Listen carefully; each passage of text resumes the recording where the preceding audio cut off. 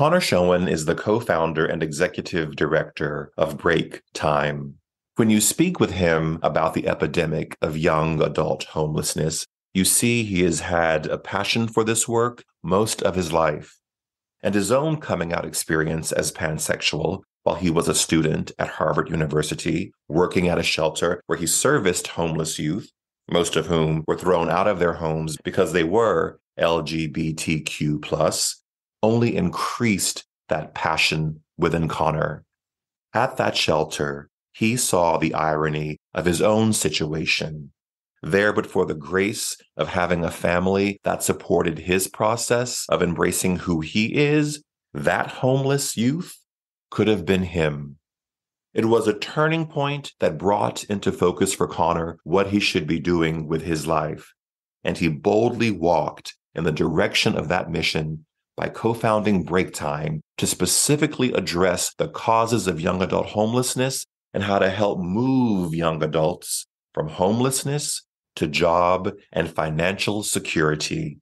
Connor will tell you it isn't easy work. It requires persistence and commitment. But for Connor and his team, it comes back to his life's central motto. Connor says, every single young person deserves the opportunities and support they need to reach their full potential.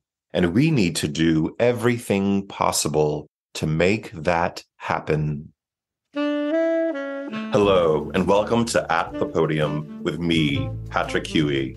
At the Podium is a multimedia platform that brings together people from a diverse background of lives, careers, and experiences who all share one thing in common. They have stepped fully into the transformative power of finding and raising their voices to make an impact on the world we live in today.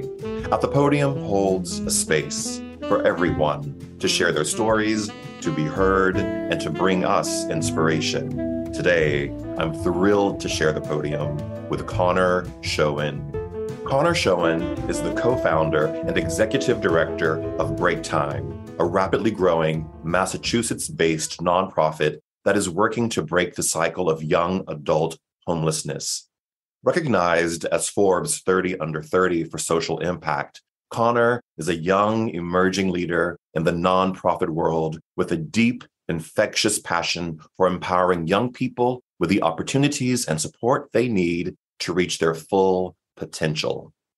With an honors degree in applied mathematics and economics from Harvard University, Connor brings a data-informed, quantitative approach to program design and evaluation. And Connor was recently elected to the board of the National Youth Employment Coalition, where he advocates for federal funding of youth employment programs. Previously, Connor served as a Chang Social Innovation Fellow at Harvard Kennedy School, and he was a finalist in the American Heart Association's 2021 Empowered to Serve Business Accelerator and a lead innovator at the Social Innovation Forum. While working at the Y2Y Harvard Square Shelter for young adults experiencing homelessness, Connor learned that 40% of young adults experiencing homelessness identify as LGBTQ+. At the same time, Connor was in his own process of coming out, and he gained so much inspiration and motivation from the brave, resilient residents of that shelter.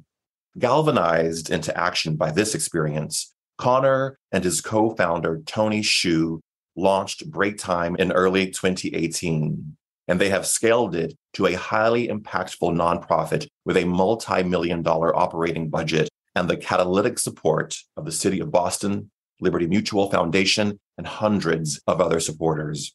Currently, Connor lives in Boston, and he loves to run, bike, garden, and dance salsa.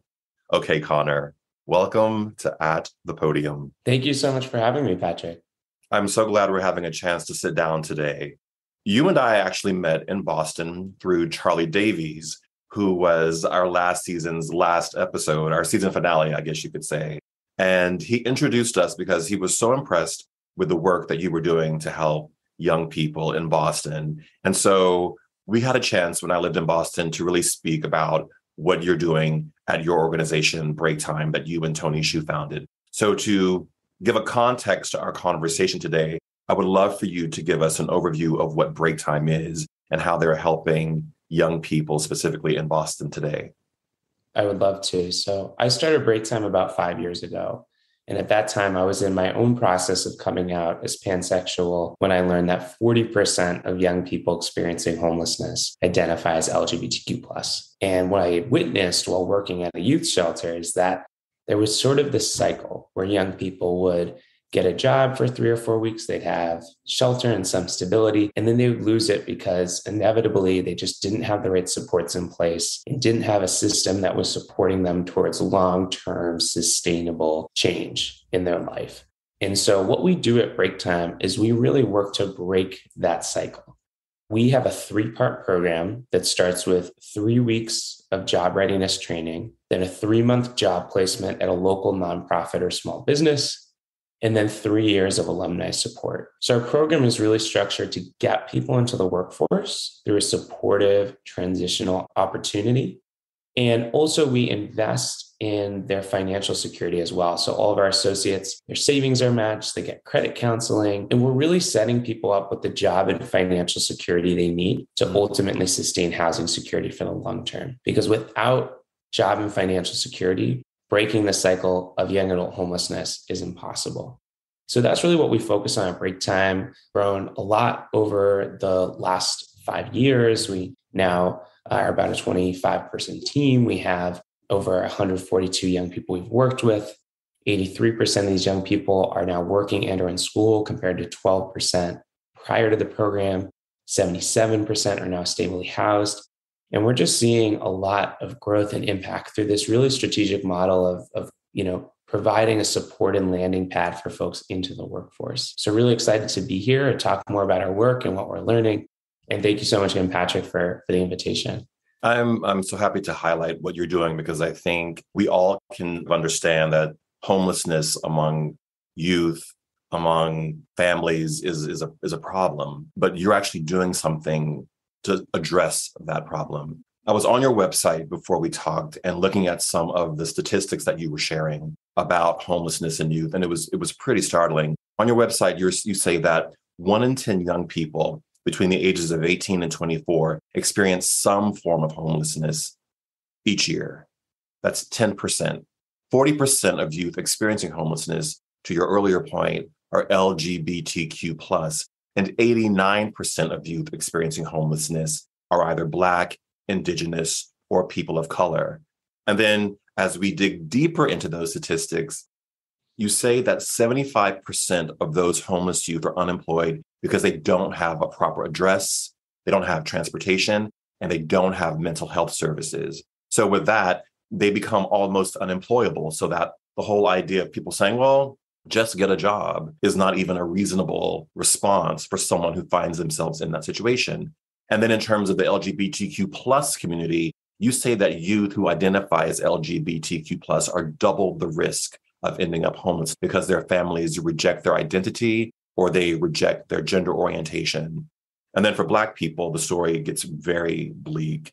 We're only 13% of the population, but we represent 39% of the homeless population and 50% of homeless families. And if you're a Black male and you identify as LGBTQ+, you have a 25% chance of becoming homeless or experiencing what you call explicit homelessness. And for our kids who are in foster care, you say that 4 years after they emancipate, they have a 25% chance of becoming homeless.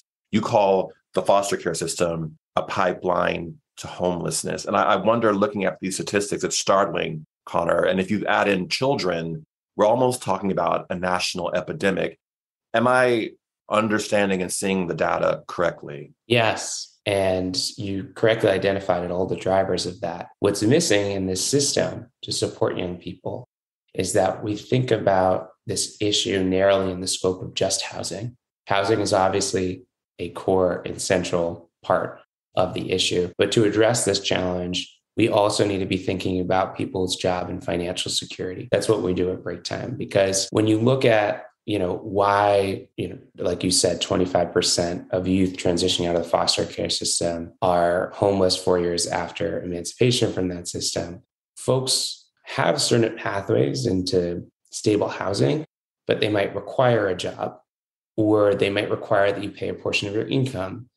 And it's just not sustainable if you don't have the job and financial security pieces in check to be able to sustain any type of housing. And so I think when we talk about this issue and the way in which it's disproportionately affecting communities who are already disproportionately affected by so many other issues, we really have to ask ourselves why this is and what we need to do about it. And it really comes down to job and financial security and making sure that we have a pipeline for young people into the workforce, that we're helping them to build long-term income, the savings, and the strong credit that they need. Because if you're 18 years old, you're kicked out of your house, or you've never had stability to begin with, and you have no savings, it's impossible for you to get an apartment. It's impossible for you to start to build that sort of stability for yourself.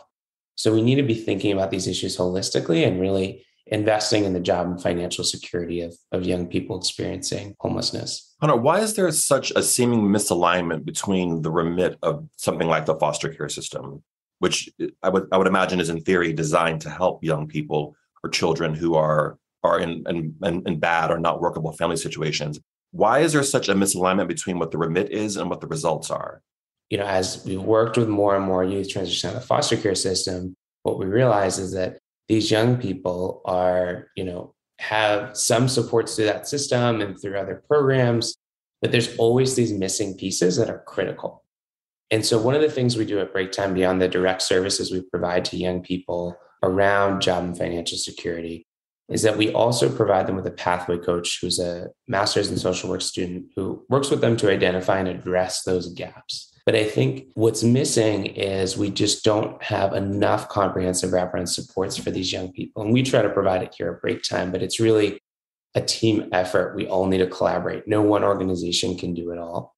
And so we're really focused on working in partnership with other organizations that are doing incredible work so that we can fill all those gaps, because no one of us can fill every single one of those gaps. But together, we can address the whole system for that young person and provide them with a holistic system of support.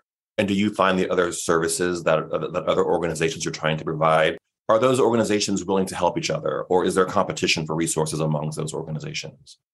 Oh, absolutely. I think by and large, organizations are really eager to collaborate. One of our core values here at Break Time is collaborative innovation. And we think constantly about how we can strategically and effectively work with other organizations to meet the needs of our young people. And when it comes to working with other nonprofits, each of us can address a portion of the issue. But if we're not working effectively together, we're never going to address the whole issue for each young person. At Break Time, we think about getting people into employment and supporting them in building a successful financial future. But at other organizations, they're thinking more directly about providing housing and shelter, which is something that we don't do at Break Time. They're thinking about providing mental health services, which isn't something that we do directly at Break Time either. And so being able to refer between organizations and having those strong cross-referral partnerships is so, so key. We have a very decentralized social service system where we have a lot of different providers, a lot of different small providers. And so our ability to work together as a network is absolutely essential in making sure that every single young person has access to all the right opportunities and support that they need. And what you're describing in terms of wraparound services, in terms of people coming together, is there a role for government to really help orchestrate all of these different services? And if there is a role, are they willing to step into that space?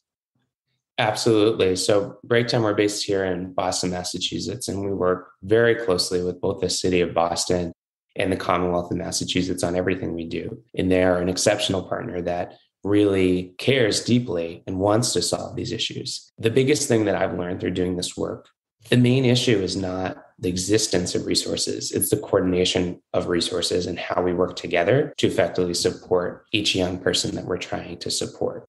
And so when it comes to the government's role in breaking the cycle of young adult homelessness, the number one thing that they can do is more strategically invest their money in solutions that are working to address this challenge. Because if you look at the way the state government structure here in Massachusetts, there's an Office of Labor and Workforce Development. There's an Office of Housing under Health and Human Services, the Department of Mental Health. And so everything is sort of spread out and decentralized in its own way. And so government's ability to coordinate resources from within and strategically make sure that all sort of pieces of the challenge are addressed in their investments is the number one thing they can do. And so the way the government decides to spend its money in that budget, the way that they go about putting restrictions on that funding is extremely impactful and something that we do a lot of advocacy around because it really affects the work we do here at Break Time. Are there legislative things that a government can do to help in your particular situation? I know we've discussed driver's licenses and birth certificates and how youth who are homeless or coming out of these very difficult situations, their home lives, don't necessarily have access to a driver's license or a birth certificate, which you need to get a job. So how legislatively can a government help or governments help on a very sort of micro nuts and bolts level get things done for people? So you brought up the issue of IDs. So here in Massachusetts, to get a state ID, first of all, there's a cost associated with it. And secondly, there's different documentation requirements that can be hard for people to navigate if they've been displaced from housing. They don't have that drawer in their house with their birth certificate and their social security card that they go back to every time they need those documents. They're homeless. They don't have that consistent place to keep all these documents. They go to get a state ID and they start to face all these barriers. Well, you don't have your birth certificate. Here's what you need to do to get your birth certificate. Oh, wait, you don't have your social security card and you need that to get your birth certificate. And it becomes this whole maze that is expensive and time consuming. And for young people experiencing housing insecurity, they don't have that time and they don't have that money, those resources to waste on a very convoluted maze of a process. And so one thing that the state government can do right here in Massachusetts is to subsidize the cost of getting a state ID and also simplify the documentation requirements for young people experiencing homelessness so that it's not such a headache for a young person who's experiencing homelessness to get an ID. And the government has already started to do some pretty transformative work around ID access for other populations. Recently, a bill was passed here to ensure that non-citizens can get driver's license regardless of their immigration status or their documentation. And so we're making a lot of great progress in a lot of areas. Young people who are couch surfing, who are doubled up living with someone and they're not on the lease and they're just staying there because they have nowhere else to stay. Young people who are in shelters or in transitional housing, they're often forgotten about. And I think that, sometimes people assume, well, folks just have parental support and that, if things aren't going well or they can't yet afford an apartment, that they have parents to lean back on and parent savings to lean back on. But so many young people don't have that. 88,000 young people here in Massachusetts are disconnected from work and school and don't have the support they need. And so when we look at addressing these issues from a legislative perspective, we have to remember the unique issues that young people experiencing homelessness face. We have to really analyze the ways in which they are interacting with government systems and where things are going wrong, like the ID issue that I mentioned. Mm-hmm. It's not that we don't know what has to be done. I think it's pretty clear to a lot of us in this space. And it just takes the right action and leadership from government to make it happen. You live in this world every day. It's been a passion of yours since you were basically a child. Why are we here? Why are we in this situation where there are people being born and raised in America who find themselves at very young ages unable to exist within the framework of our society, and they end up homeless? It probably becomes a generational situation where they're probably having children who are going to also be raised homeless. Why are we here? There's a lot of different reasons, but some of the core reasons are that we're thinking too narrowly about the solutions to these challenges. We need to be thinking about job and financial security and combination as a means to get to housing security. We need to be thinking about how is a young person experiencing housing insecurity, getting into the workforce? How are we helping them to build income, savings, credit? We need to be thinking about every single piece of that young person's journey and all the things that they require. And I think that some of our approaches to these challenges from the macro perspective, from the government perspective, are just too narrow and don't focus on the whole comprehensive picture.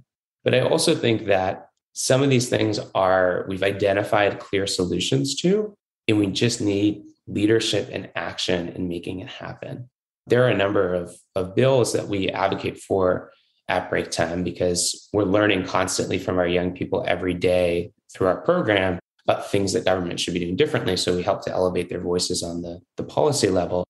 And what we see as clear and simple and effective proven solutions, we're just not seeing them happen. And I think that there needs to be a real commitment to getting things done and getting things done quickly, because every day that we are making it more challenging for young people to get a state ID, for example, is a day that they're not working, that they're not accessing certain services that they can't get without that state ID. They can't get employed. And so we all need to be really committed to taking direct action to fixing the issues that are holding back our young people. I think the final piece is really around awareness, because you don't see these young people every day.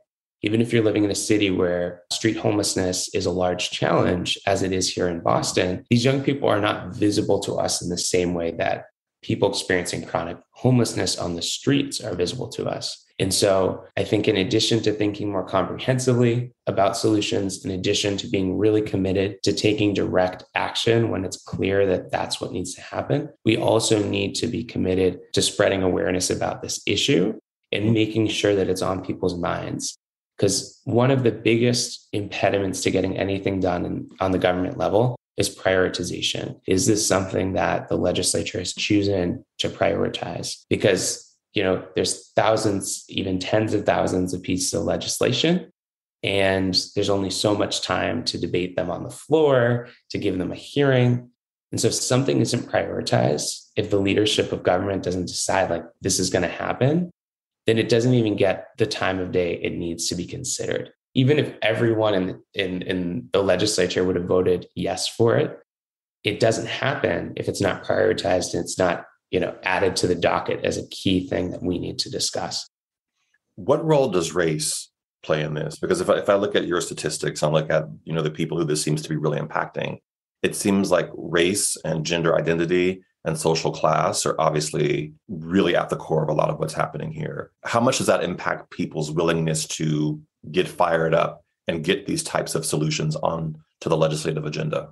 You're so right, Patrick, that fact, the way in which young adult homelessness disproportionately affects people of color, is something that really raises the urgency for us to address it. Because every day that we let this issue continue in the way it's been is another day where a young person who's facing systemic problems everywhere they turn is continuing to face issues with their housing and their housing security that make everything else harder in their lives.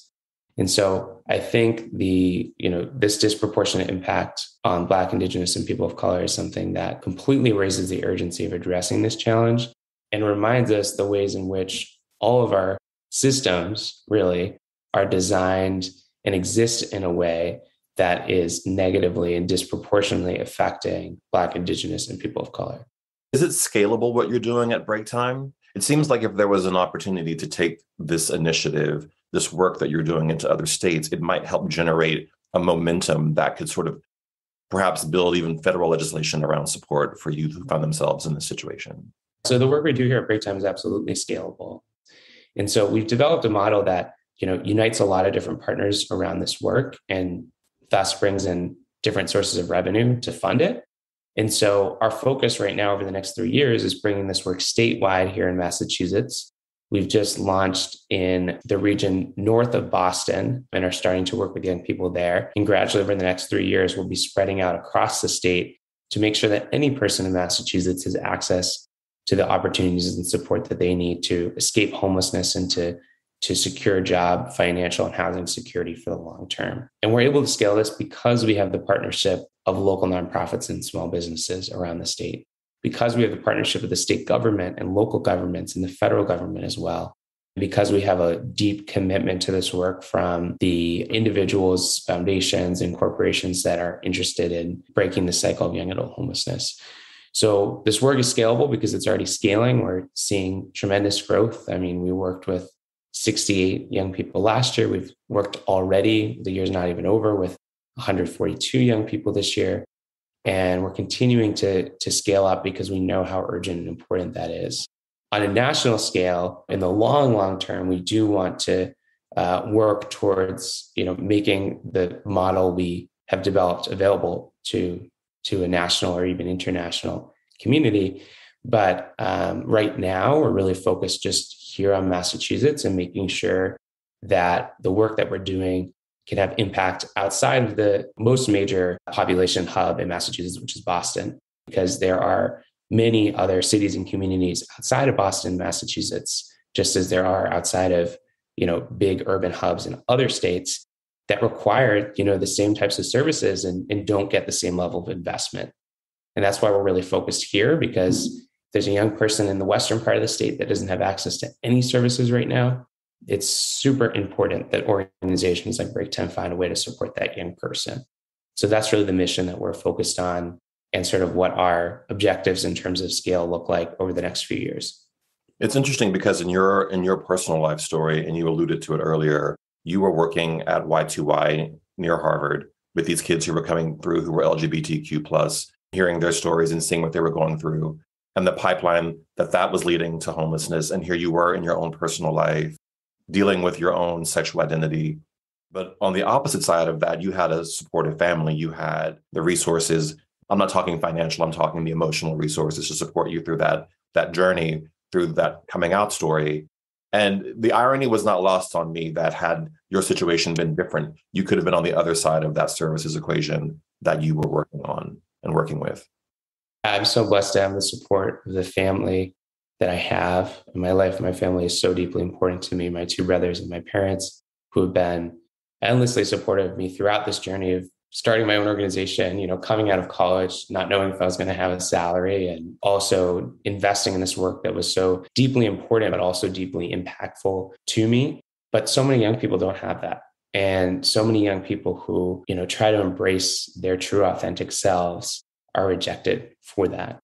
And that's what really has always inspired me to do this work, because I know young people who, despite everything that is going on in their lives, are so brave and authentic about who they are. And that's really what Pride is all about for me. And that is something that, has really made me want to do this work each and every day, because I want to make sure that every single young person can embrace their true and authentic self without fear of losing housing, without fear of not being able to get a job, without fear of having no financial security.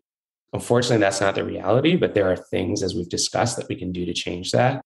And I'm really committed to continuing to do this work tirelessly, ensure that, the future looks different than what the current state is. Connor, you have a true heart for the work that you're doing, for advocating for youth.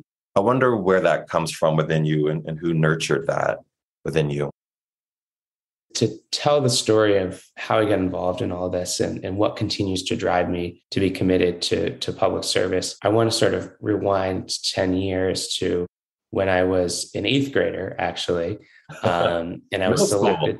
Yeah. So selected to be part of this statewide organization called Project 351 that works with one eighth grader from every city and town in Massachusetts and coaches and supports them through a year of service, learning how to lead service projects in their hometown, and continues to support them in alumni in terms of, navigating a career in public service and continuing to make public service a core part of their life.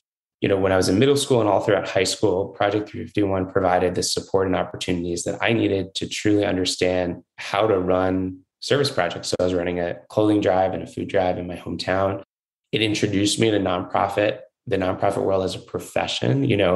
That was so radical to me, because I think even still to this day, I have friends that don't fully understand the fact that you can have a salary and get paid to work in the nonprofit world. That I believe it's about 10% of the United States workforce that works in nonprofits. And so for me, at a very young age, I got introduced to this field. I got the coaching and support I needed to start to build some skills in this field. And by the time I went off to Harvard for college, I already knew that this is the kind of work I wanted to do, because all of my, mentors and heroes were in this space. Even if you look behind me on my walls, there's some posters from Project 351 of some of the service heroes that they celebrate and that they teach us about as part of our journey. And those people have continued to be my guiding lights in terms of the work that I want to do. And the opportunity that I had through Project 351 just completely changed my life. I actually got to know Y to Y, the shelter I used to work at, through them. And that the rest is history. I got introduced to this work. I knew I wanted to work in this space. And the second I saw a solution that needed to be happening for this problem, I wanted to go and build it. And without all of those different pieces, without that whole opportunity to be involved in public service at such a young age, I don't know if any of this would have happened. But I do know that, from a even younger age, this was the kind of work I always gravitated towards. And I'm so fortunate that, that I got to find an opportunity that worked for me and that I really found my dream job at such a young age. Have you ever thought about public office? Because oftentimes people come to the political arena from the nonprofit or the private sector because they have a mission to get something accomplished and they see the inertia, the lack of understanding, and that can often be a great platform from which to launch political advocacy. Yeah, I've always been fascinated by the world of politics and particularly the world of policy and making change on a systemic level. I think that we need systemic change. That's how we're going to really turn the needle. And that's why, in addition to our programmatic work, Break Time is so committed to elevating the voices of our young people to the halls of City Hall, to the State House, to the halls of Congress. And I've had experience working in the governmental realm. I was the chair of the Governor's Statewide Youth Council when I was in high school and, have always been involved in policy in and out of break time and advocating for change, for making sure that our young people's voices aren't forgotten.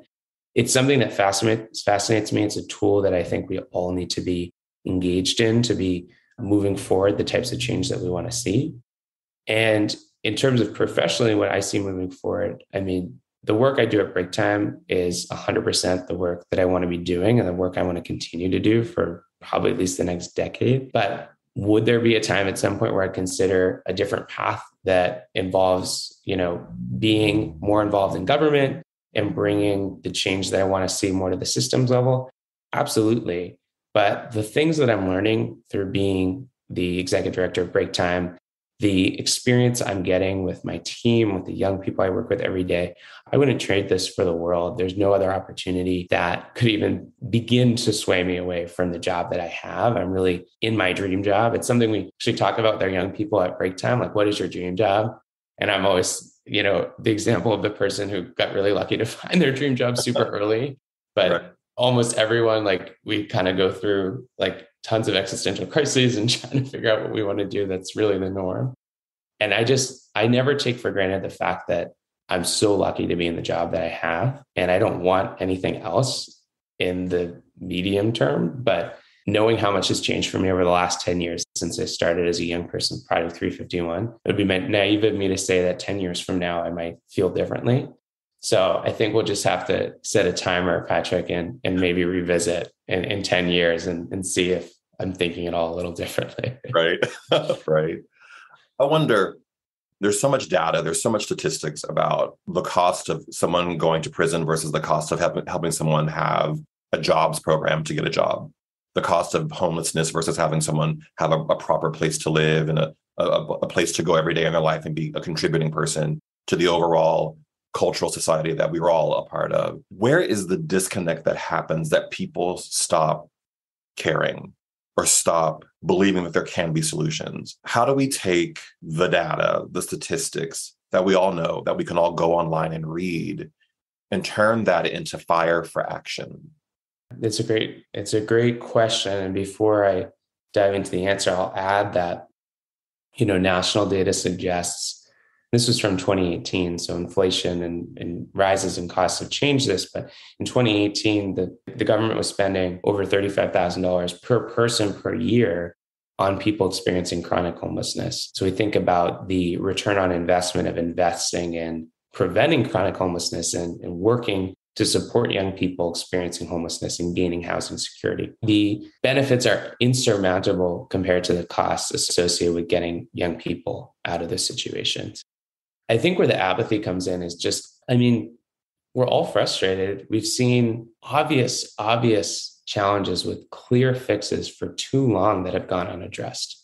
no matter how much I've worked in the policy sphere or engaged with government, I still don't understand why certain things can't happen, especially when there's the political will to get them done. I think that's the most frustrating piece. There's like clear things with bipartisan support that would get passed if they were prioritized that just don't make it to the docket. And it frustrates me to no end. And there's definitely times where I feel a bit, put down by that, where I feel lost and feel like, is there even hope of things changing? But then there's consistent and constant reminders from heroes of mine that have followed my whole life of why persistence in the face of struggle to create change is so important. Why it's so important to remain committed to something that is right, even if it feels like nothing is moving. Because sometimes it takes a while to build up the momentum you need to sort of push an object out of its inertia, but then you can really get the ball rolling. And that's kind of what's helped me. I mean, because as a young person, I get so frustrated by some of the things that I see every single day, the things I hear on the news, the things that I see not happening. But I do know about the trailblazers who we all look up to. I think of Mary McLeod Bethune, who helped to start a New Deal program specifically supporting the employment of African Americans at the time, because the New Deal was really just, in many ways, way too narrowly focused on white Americans and was not supporting people of color. And Mary McLeod Bethune was able to influence Eleanor Roosevelt and the then President FDR to actually make a change and create this program that ended up hiring and employing hundreds of thousands of Black Americans. And, you think about all of the inertia it took to get to that stage, everything that Mary McLeod Bethune had to go through, but also so many people before her to get to that stage, and all the progress that we've had to make since then and struggled to make. And I just look to people like her who, created this jobs program, were able to get people into employment in a way that they weren't getting into employment. Those are the people that inspire me, because I know the statistics. I know how bleak they can sound, but I also know that there are things, I don't want to say easy solutions, but direct and clear solutions that we can enact. And we just got to keep pushing for those and not lose sight of the fact that these issues are solvable if we really focus on doing the things that we know can address them and not giving up on those things happening. And so I guess I've chosen to not lose hope because I've seen the power of persistence with so many of my heroes, and also folks that I surround myself with today who've, made huge things happen in their own right. And so, yeah, that really keeps me hopeful, keeps me driven in this work. Connor, what has been your biggest leap of faith thus far in your life? Oh, wow. There've been several, but I would say the biggest one was probably starting Break Time. When I started Break Time, I knew I wanted to do my own thing. I knew I wanted to be a social entrepreneur, but it can be so challenging to deviate from the natural path. For me, at the time when I was in college, it felt natural to do what everyone else was doing, which is, start to look for jobs at large companies and spaces that have like career paths and ladders and like real direction. And there's clear sense of what you'd be making, what you would need to get in those jobs, how you need to prepare for the interviews. Like, it just seemed like the clear natural path. And that was not interesting to me whatsoever. And I think the biggest leap of faith that I made was saying, I can make my own path that satisfies my interests, that provides a really fulfilling learning opportunity for me. And I can do it in a way that's financially sustainable for me, that will allow me to live my best life and do all the things that I want to do. That took a lot of faith. And I think for many years, it was not looking like that was going to be the case. I mean, after I started Break Time, and I say this truthfully, there was not a single moment where I ever have regretted doing this. And there was not a single moment where I looked back and said, oh, I think I should think about something else. For the last 5 years, I have never, ever thought I don't want to be doing Break Time, or I should start looking at other options. I just completely buried myself in this, turned my blinders on to other opportunities and said, this is what I'm doing. And I believe that it's going to work out. And I believe that one day, a couple of years from now, I'm going to have a salary. I'm going to be able to make a living, do the things I want to do, travel. And I had to kind of push myself in that way to do it, because if I took those blinders off too soon and started looking at other opportunities, I think it could have been a distraction to the fact that this is really what my calling was. This is what I wanted to do. And also, it's been the most amazing learning opportunity anyone could ever ask for. I get challenged every single day, not only to learn about these issues and the things that our associates, our young people are going through, but also to learn from my team, learn how to manage a team, learn how to build an organization, learn about nonprofit finance. This has been the most incredible opportunity and continues to be that for me. And the biggest leap of faith I ever took was believing that it was going to be possible. And I'm so glad that I did.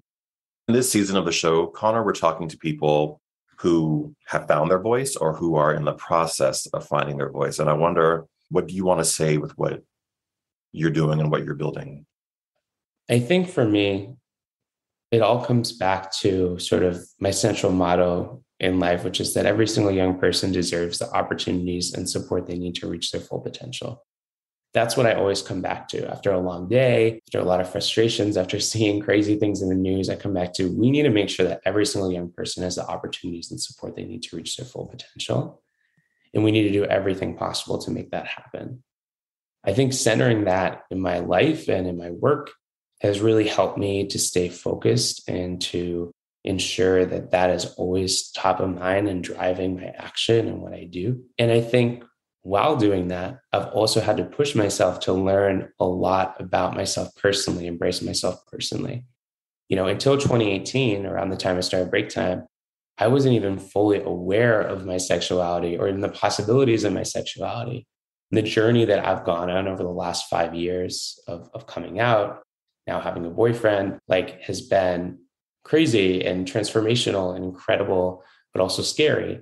And so I think for me, finding my voice has been a combination of finding the things that I really care about, which is working with young people and breaking the cycle of young adult homelessness, but also finding myself along the way, which in many ways has kind of taken longer and been harder. And it's been a constant process. But I always find that, centering my goals, centering the things that I most care about helps me to do that. Because when I think about the young people that I work with, that's what helps me feel braver about being myself and being my true, authentic self and putting on makeup for this interview, or doing things that a few years ago to me would have scared the hell out of me and still scare me. But I feel brave enough to do them because of the young people I work with. And so it's all sort of connected, but I think both the personal and professional journey for me have really been centered around working with young people and making sure that we all have the right opportunities we need to reach our full potential. Because I've had that with Break Time. I've had that with my family support, and I want to make sure that that's not the anomaly. Connor, thank you so much for your time today. I'm so glad we had a chance to sit down and talk about what you're doing, because it's powerful, serious work, man. Thank you so much, Patrick. It was really an honor to be on the show. Yes. To those of you who are watching or listening, remember, we all have a voice. Use yours wisely. Bye, everyone. Thank you, Connor. Thank you.